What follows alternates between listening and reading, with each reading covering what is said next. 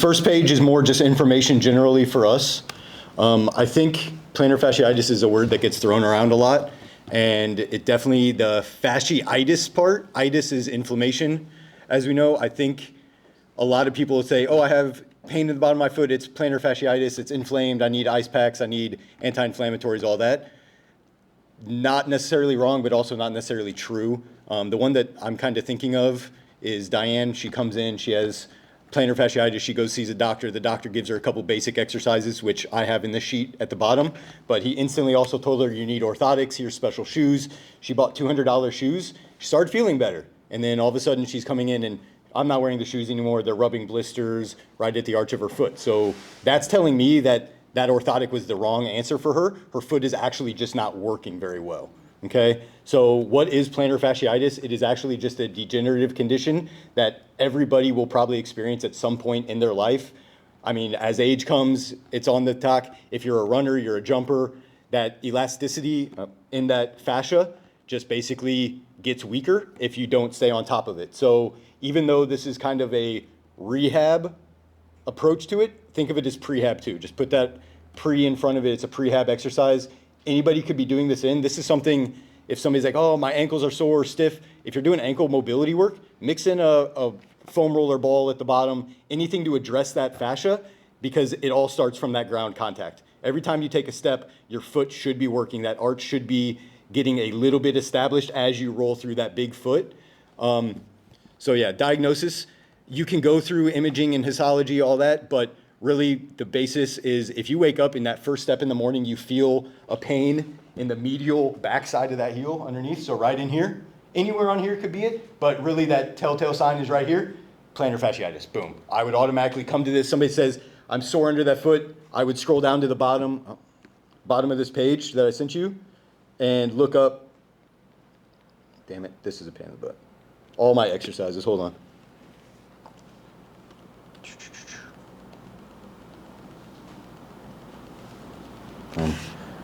In the sheet, I'm pulling it back up, sorry. Boom. Aha, here we go. Okay, so kind of going through here, I'll just go from the phone. Looking at like risk factors of what we're looking at, these are basics. There's always gonna be more than this, but again, just general information for us as coaches that we can come in here. We are not doctors by any means, so we're not stepping on Angela's toes or actual physicians.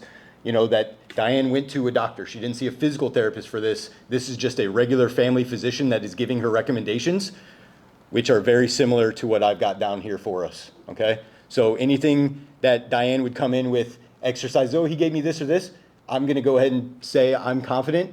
I've covered about 90% of the exercises that a doctor or even a physical therapist will give for basic plantar fasciitis. These exercises are, a lot of them are already on our naming sheet. Like these hyperlinks, if I were to click on them, they're gonna take us to our videos already. A few of them that are not are that first one, like a foam doming. All foam doming is literally just trying to create tension in that foot, and you're gonna hold for 10 seconds to get that arch established. So it'd simply be, okay, Diane, let's do foam doming. We're gonna come down. I want you to think about gripping that ground, and I want you to palpate or touch, tap. You should feel that arch getting stiff. Cool, hold for 10 seconds, 10 seconds, 10 seconds, let go, release. Hold for 10 seconds, 10 seconds, release. Okay, so just. Pat told me about that exercise. I think that's a good exercise for just a lot of older people in general. I mean, it could be thrown into any warm-up that we do, like at the very end or very beginning. But dang it, this is a pain in the butt. I'm so sorry. Here we go. Boom. So again, going kind of back up here, some of these risk factors, again, repeated stress, standing, jumping, running, basic foot mechanics. I want to actually show this video. So the third or fourth box down here, where I'm actually, the second one, faulty windlass mechanism. Super fun biomechanics term. What is a windlass mechanism? It is basically the rolling through of that big foot. Mechanics. And the truss of the arch is formed by the calcaneus or heel bone, the mid-tarsal joint. No, Mike. It's not about not breathing. You're not windlass that way. And the first MTP joint. Boom. The plantar aponeurosis forms the tie rod. So this is a 50-second video, and again, this helped me just really understand what that windlass mechanism is. If you haven't heard that term. Does anyone else know what windlass? Arch is central to Yeah. windlass mechanics. Oh, so the truss of the arch is formed by the calcaneus or heel bone, the mid-tarsal joint, and the first MTP joint. The plantar aponeurosis forms the tie rod that spans from heel to toes. The attachment of this aponeurosis to the toes beyond the MTP joint forms the basis of the windlass mechanism. When the big toe is dorsiflexed during walking, the aponeurosis winds around the first MTP joint and pulls the heel and toes slightly closer together, raising the medial longitudinal arch and locking the bones of the foot. It's an ingenious way of stiffening the foot and converting the supple landing foot into a rigid propulsion foot. In this example, the distance between the heel and the toe is shortened from 4.8 units to 4.5 units. The windlass mechanism does not occur when wearing shoes because shoes do not allow movements in the foot, right toe flexion and extension. Okay, so shoes are bad, basically, right? But when you get in those shoes, our foot becomes lazy, it's no longer working. Part of the reason I like toe socks is because I can feel my foot working, right? I think talking about that windlass, like, probably above a lot of our clients' heads, but it's something that we can speak to. Everybody's foot, high arch, low arch, flat foot, whatever, that plantar fascia is going to be shortening as you roll through that toe. Now, a lot of things that happen with a gait, and this is going off on a tangent, but you put shoes on, all of a sudden it's very easy to roll through the side of my foot. I'm going off the side, I'm not even rolling through my big foot. My plantar fascia is not actually supporting me doing work, that's setting up a chain that's just weak at some point. Something, we might feel ankle, knee, or hip, and it all could come back to your foot is just not working in your shoe, okay? So I think with Diane, it's great, hey, you have orthotics, it's good for you walking here and there, temporary. You shouldn't be going for 5 miles in an orthotic because your doctor said, hey, wear those, it's gonna fix you. We ultimately need to get back to just strong feet, and that's where these exercises at the bottom, boom, sorry, I've addressed stretching and I've addressed the strengthening basics. So that foam doming, even though foot doming is in the stretching area, it is very much a strength. Actually, I changed it over, sorry, it's in the strength. Boom, right? So this first part, and again, these are just basic like rehab protocols. This second sheet would be the one that I would print out for our handout, okay? Basic stuff, rest, ice, stage 1, stage 0, 1 to 2 weeks of all that. An initial shock of, oh, my foot is messed up, what should we do? We're covering these, and we're going into basic stretching or foam rolling, lacrosse ball underneath the foot. Stretching the plantar fascia is simply just sitting, bracing your heel, and you're gonna just pull back on the ball of those feet. This is a stretch. You should feel that stretch through here, okay? Another one going down, big toe extension with a lacrosse ball. I am simply just trying to stretch my big toe for 10 seconds, right?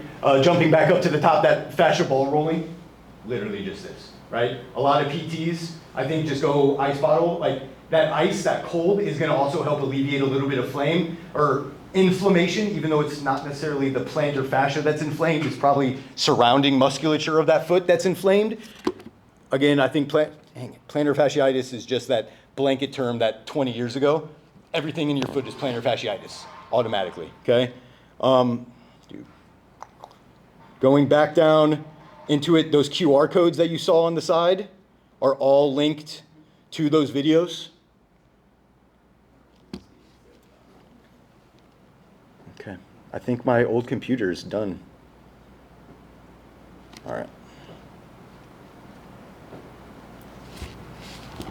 Boom. Okay, strengthening exercise phase 2, 2 to 6 weeks. So I'm not saying you should ever necessarily progress away from the stretches. I think there's something you just adapt into. You should add it into your programs regularly. If you go a week without stretching your foot, you probably did too much. Do you need to do it every day? If your foot is healthy, I don't know, maybe. It makes me feel good. I lacrosse ball my foot probably once a day, twice a day. It's amazing my hamstring fucked up, but my arches of my feet get really tight on my left side. I'm guarding myself super tight with that fascia on that side. If I foam roll my hamstring, it doesn't alleviate as much pain as if I foam rolled my hamstring with my fascia. Now that is specific more to me. This is a pain in the butt. But everybody's a little bit different. Again, it's just gonna establish that chain all the way up from the foot, okay? Boom. We don't have it, Pat, we can look it up. I was gonna say, yeah, if you guys just have it on your phone and you wanna keep looking it up, I sent it all to you. That'll help me out 100%. Because my phone does not like to stay up there. So kind of looking at that strength mobility in that phase 2, starting real basic, I did put general recommendations through there just off to the side with like sets and reps. Again, ease build into this. We're coaches. We should know how to progress and regress exercise and be able to tell what's too much and what's not enough. We don't need to kill a lot of time with this, but also if we have to limit a workout, there's a lot of, I don't want to call it fluff, but there's a lot of detailed stuff you can do starting in the foot right here that can make up some of those. Oh, we can't do this exercise. Cool, let's pull 2 or 3 from the fascia sheet and just start working on your foot strength through there. Going down from foot doming, a towel curl is simply just a towel on the floor and you're trying to crunch it up with your toes. That is one we didn't have in there, but that video link does work. Banded ankle plantar flexion. This is a Taylor video I found using just a TheraBand or a light band, just pressing through on the ball of the foot.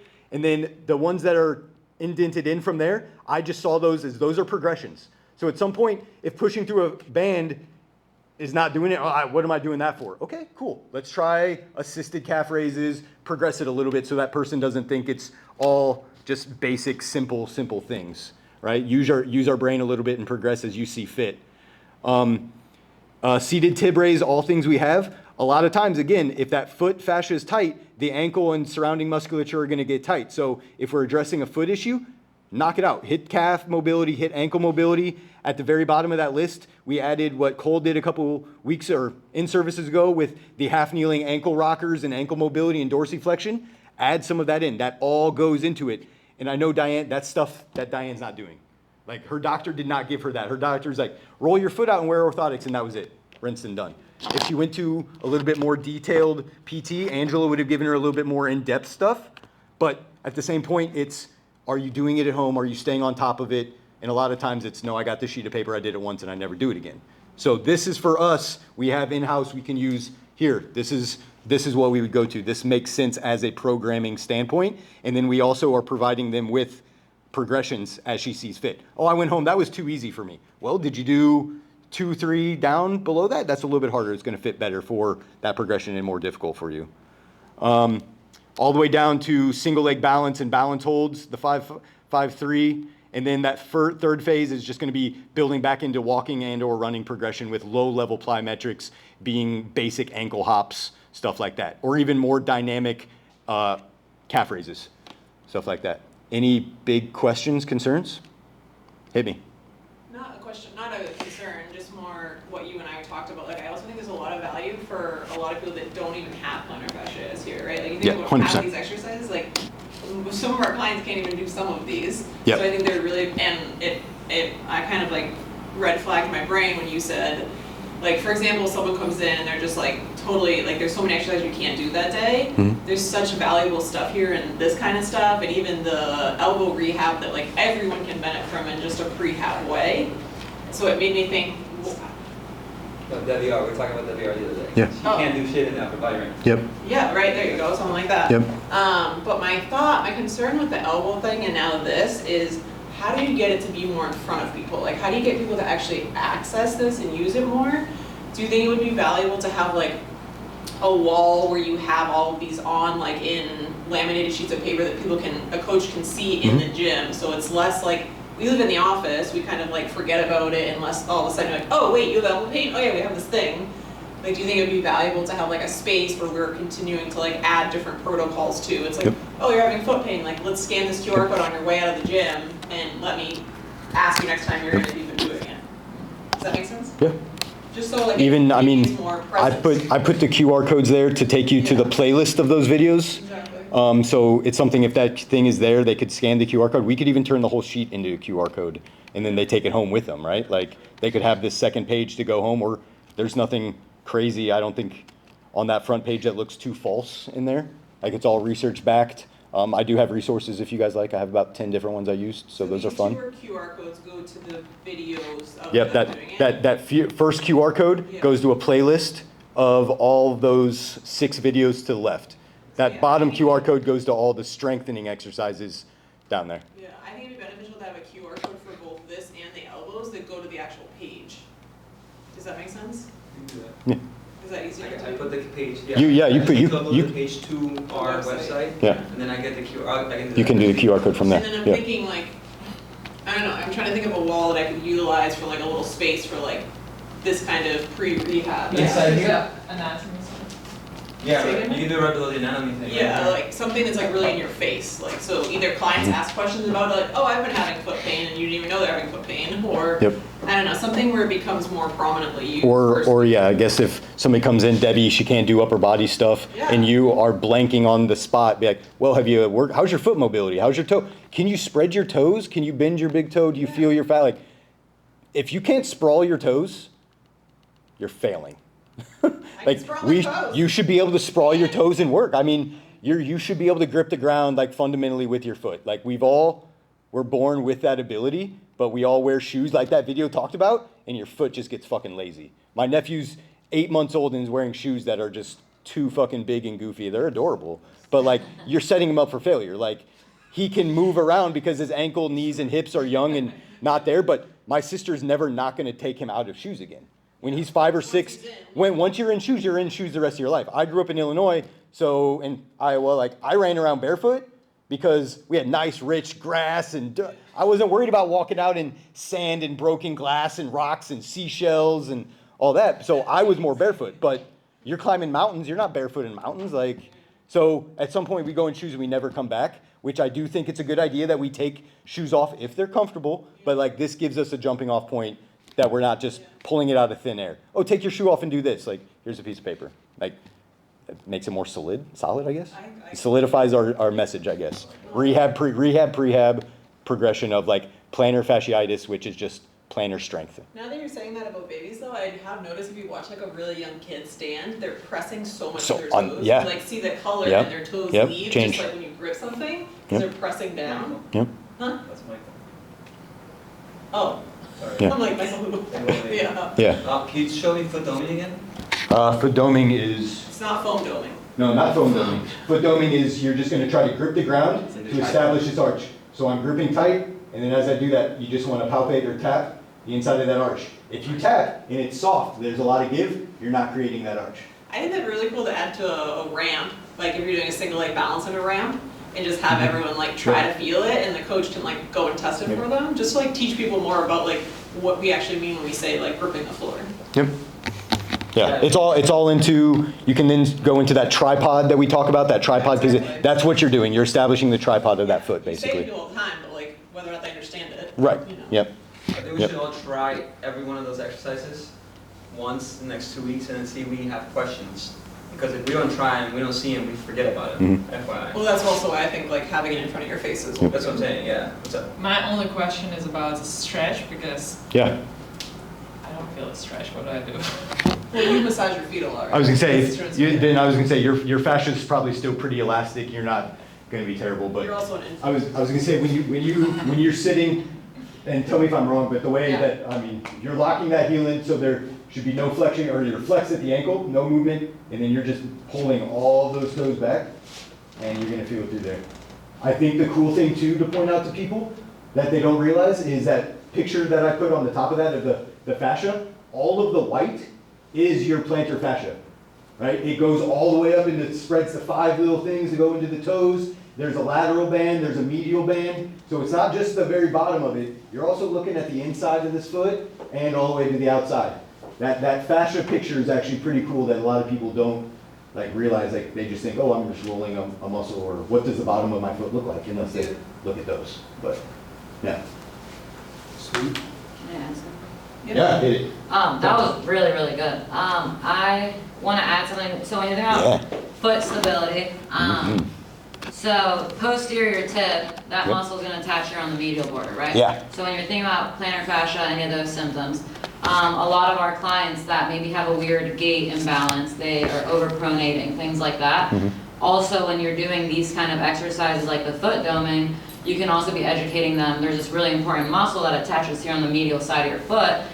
And the job of the posterior tib is to be able to create that arch when you go into this loading response during gait. Okay. So when you go from this, when you're walking, to this, some people overpronate, right? Yep. And they just have flat feet. So if you see someone walking like this, Would you like to see this me way. walk? What? I'm a Yeah. horrible gait, yeah. So when you see people walking like this, maybe their symptoms aren't plantar fasciitis, but these exercises are really good because these are also targeting posterior tib, That's what I meant, yeah. which there's helps. So many people. Yeah, which helps maintain Not that. just plantar. Maintain that, okay. Yeah, which helps you maintain that arch before you load Yeah. your foot. So it's also really good for people where you see like that gait.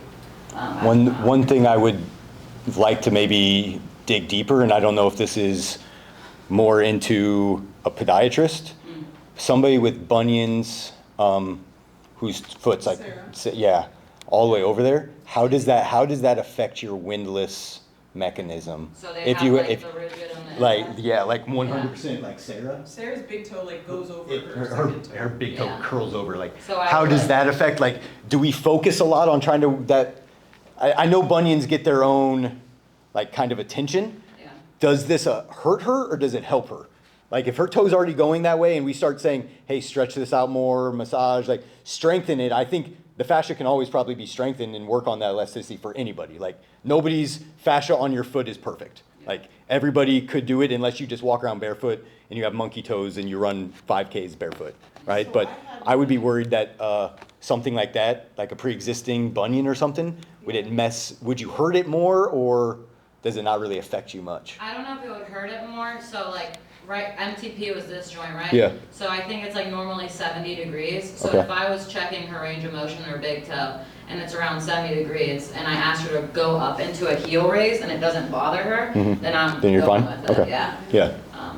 But if her range of motion was like super limited, so with the windlass mechanism, if you have like 20 degrees or 30 degrees of that toe extension when like 70 is normal, Yeah. you're super limited. So yeah, now that's when you start Yeah, yeah. seeing problems in the foot. But that right there, I don't know if that rigid, like what happens with a bunion, I don't Yeah. know if that limits their toe extension. I haven't seen that before, but. Yeah, I was gonna say, I haven't really looked into it. I have a bunion on my left foot. It's minor, but I have one. And if I flexed my toe too much, and definitely Like curling?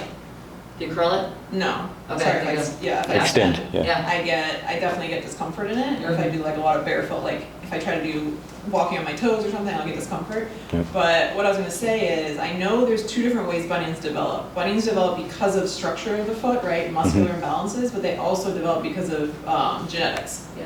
So Yeah. I had my foot tested once, so I was like, I'm getting this bunion, my mom has bunions, is this something I can fix? And she did all the strength tests on my feet, and we're like, no, your feet are really well balanced, this is just the Genetic. structure of your anatomy. Okay. So I don't know if that also plays into it, because it's like, okay, Right. if Sarah's only developing these bunions because of imbalance in muscle, Yeah. it would make sense to strengthen the foot, right? Yeah. Versus like, oh no, this is just the way you are built, like there's really nothing you can do about the bony structure growing. Yeah. And again, I think that's like a side, like a small group Yeah. of people with bunions or like foot comorbidities that would like mess them up. But general population, most people that we see, I would say can benefit from a handful of these exercises. I think it's worth changing the name. Okay. Because it's similar to, or like plantar fasciitis and, or plantar fasciitis, or like some sort of subtitle, because it's like the elbow, and it's like tennis and golfer's elbow. Well, I wasn't diagnosed with plantar fasciitis, why do I need to do these exercises? Like, I feel like maybe Yeah. you're opening the door to more people being, like, kind of like you're saying, right? Like, how could we not all benefit from these exercises? Yeah. As you age, you're saying you naturally degenerate in these areas if you don't focus on them. Do you know what I'm saying? Like, Yeah. you're kind of just like broadening the scope of people that might be attracted to the sheet versus like, oh, I don't know what that word means and I don't have it, so like, I'm not looking at this. Does that make sense? You're doing the sheet because you don't want to get this. Exactly. It's called plantar fasciitis. You're doing these so you don't get it, but I got you. Just call it Maybe I'll come up with yeah. a sassy name for the wall, like prehab. Rehab sheets. Foot exercises, right? Like, Rehab prehab. you guys are boring. I gotta. Why is that boring? That's what it is. No, but like something like, oh, that's funny. It doesn't have to be sexy or funny. Rehab prehab. That is pretty boring. All right, Figure it out, you guys, and you're gonna come back at me. do it. What you got, Tanya? I have a question about that. So unless, if it's not genetic, is it possible to be reversed if it's like from the weakness? It's I don't think possible so. to slow it down. Yeah, you can slow it down. I don't think Oh, so. I show you my I foot. haven't seen many bunions in my, You just You haven't seen? not many. Oh, I haven't had one I've that's seen recent some that I bad- worked Her with. mom has bad That's a bunions. bunion right there. Bad. Cole, I'm showing you a bunion. Does it hurt? How do you know if it's? Oh my gosh. any Doesn't genetic hurt? too? How do I know? Look at my other foot. But that's like what it looks like then.